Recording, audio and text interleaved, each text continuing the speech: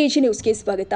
ಯಾದಗಿರಿ ನಗರದ ಹೊರವಲಯದ ಬಬಲಾದ್ ಗ್ರಾಮದ ವ್ಯಾಪ್ತಿಯಲ್ಲಿ ಇರುವ ಘನ ತ್ಯಾಜ್ಯ ನಿರ್ವಹಣಾ ಘಟಕದಲ್ಲಿ ಕಳೆದ 3 ದಿನಗಳಿಂದ ಭಾರೀ ಪ್ರಮಾಣದಲ್ಲಿ ಬೆಂಕಿ ಕಾಣಿಸಿಕೊಂಡಿದ್ದು ದಟ್ಟವಾದ ವಿಷಕಾರಿ ಹೊಗೆ ಸಂಪೂರ್ಣ ಪ್ರದೇಶವನ್ನು ಆವರಿಸಿಕೊಂಡಿದೆ.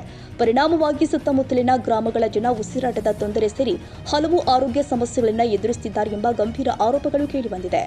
ಹುಲ್ಕಲ್, ಬೀರ್ನಾಳ್, ಬಬಲಾದ್ ಹಾಗೂ ಗುಲಸರಂ ಗ್ರಾಮಗಳ ನಿವಾಸಿಗಳು ತೀವ್ರ ಆತಂಕ ವ್ಯಕ್ತಪಡಿಸಿದ್ದು ಹಗಲು ರಾತ್ರಿ ಕಪ್ಪು ಹೊಗೆ ಆವರಿಸಿಕೊಂಡಿದೆ.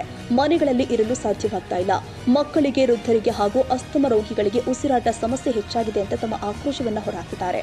ಸ್ಥಳೀಯ ಗ್ರಾಮಸ್ಥರ ಪ್ರಕಾರ ಕಸದ ರಾಶಿಯನ್ನ ತೆರವುಗೊಳಿಸುವ ಉದ್ದೇಶದಿಂದಾಗಿ ನಗರಸಭೆಯವರು ಉದ್ದೇಶಪೂರ್ವಕವಾಗಿ ಬೆಂಕಿ ಹಚ್ಚಿದ್ದಾರೆ ಎಂಬ ಗಂಭೀರ ಆರೋಪ ಕೇಳಿಬರ್ತಾ ಇದೆ.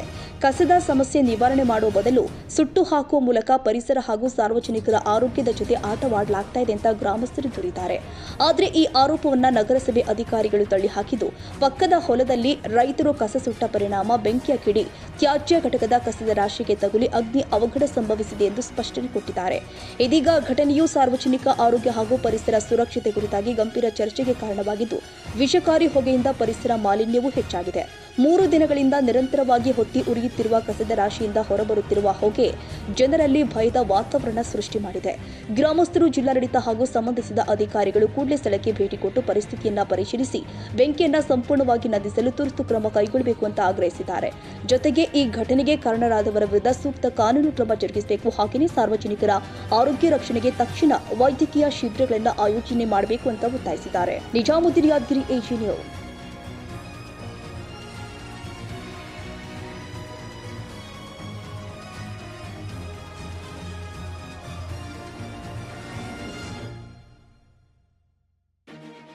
ಕನ್ನಡಿಗರ ಮೆಚ್ಚಿನ ನಿಮ್ಮ ಎಜೆ 24/7 ನ್ಯೂಸ್ ಕನ್ನಡ ವಾಹಿನಿ ಇದೀಗ ಟಿವಿಯಲ್ಲಿ ಲಭ್ಯ.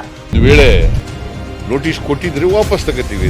ಇವತ್ತು ವಕ್ಫ್ ಪ್ರಾಪರ್ಟಿ ಅಂತೇಳಿ ಬರ್ತದೆ ಅಂತ ಹೇಳಿದ್ರೆ ರೈತರು ಬೀದಿಗೆ ಬಂದ್ರೆ ಏನ್ ಮಾಡ್ಬೇಕಾಗುತ್ತೆ? ಯಾರು ವೋಟ್ ಹಾಕಿಲ್ಲ ಅಂದ್ರೆ ಗ್ಯಾರಂಟಿನೆಲ್ಲ ಸ್ಟಾಪ್ ಮಾಡ್ಬಿಡ್ತೀವಿ.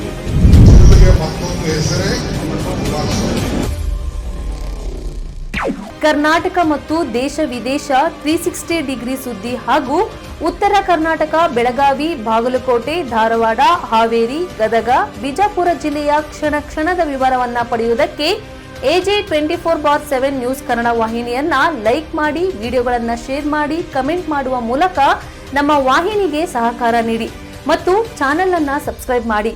ಧನ್ಯವಾದಗಳು.